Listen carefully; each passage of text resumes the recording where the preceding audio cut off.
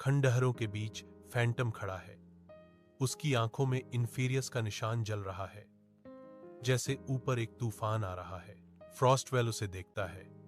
उसके चेहरे पर चिंता अंकित है। फैंटम, तुम्हारे अंदर कुछ बदल रहा है।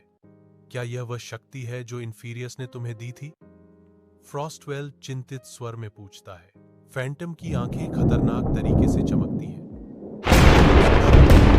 तो मैं इसका इस्तेमाल इसके खिलाफ करूंगा। बिजली चमकती है, तबाह शहर को रोशन करती है। इसके बाद एक बहरा कर देने वाला गड़गड़ाहट होता है जो विनाश का संकेत देता है।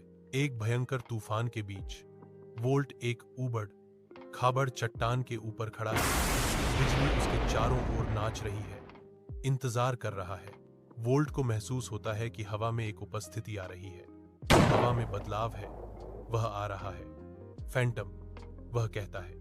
पैर के निशान की आवाज पर्दे के बाहर से भयावह रूप से गूंजती है। तो तुम फिर से मेरा रास्ता रोकने आए हो वोल्ट? वोल्ट का भाव बदलता है, एक गहरा उद्देश्य प्रकट करता है। नहीं, इस बार लड़ने के लिए नहीं।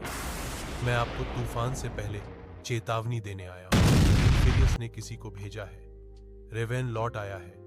वोल्ट चेतावनी देता है। उसके शब्दों का भार तूफान में भारी है।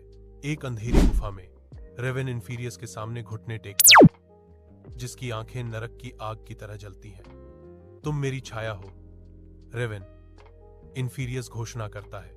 इन्फीरियस एक काली लौ जलाता है। रेवेन की तलवार को अंधेरी शक्ति से भर देता है। और मेरे भाई का क्या? रेवेन पूछता है। उसकी आवाज गूंजती है। वह अब केवल राख है, लेकिन उसकी लौ मेरे पास वापस आ जाएगी, इन्फीरियस कहता है। उसके होंठों पर एक भयावह मुस्कान खेल रही है। वह तुमसे नहीं बचेगा। फैंटम और वोल्ट के ऊपर बिजली और काले बादलों का एक भंवर घूमता है। यह संकेत है, इन्फीरियस जाग गया है। वोल्ट चेतावनी देता है। तो खेल शुरू होता है।